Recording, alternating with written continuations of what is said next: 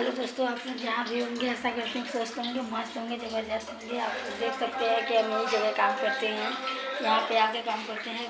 वो दिखा सकते हैं आप लोग के कि हम काम करते हैं यहाँ पर आकर। का नाम है आशीर्वाद हैंक है, उसी में हम खाना बनाते हैं, सर लोग को खाना खिलाते हैं। आप लोग देख सकते हैं, दिखा रहे हैं, ये सर लोग को खाना बना के खिला रहे हैं। यहाँ पे बनाते हैं खाना, यहीं पे आते हैं। और ये सारा सब बर्तन देखिए रखा है, जला जला कर इसको हम सब बनाएंगे, माजेंगे, धोएंगे, माज के तब हम बनाएंगे।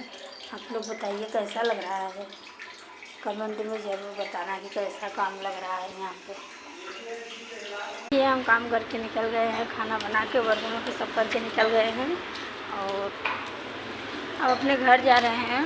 तो घर चलेंगे तो हम वीडियो बनाएंगे आप लोग के लिए।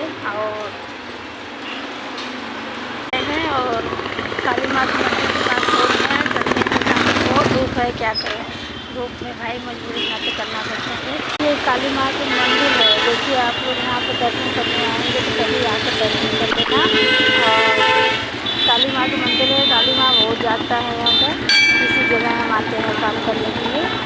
और बंधन बस से पार करते हैं, अब हम रोड पार करेंगे।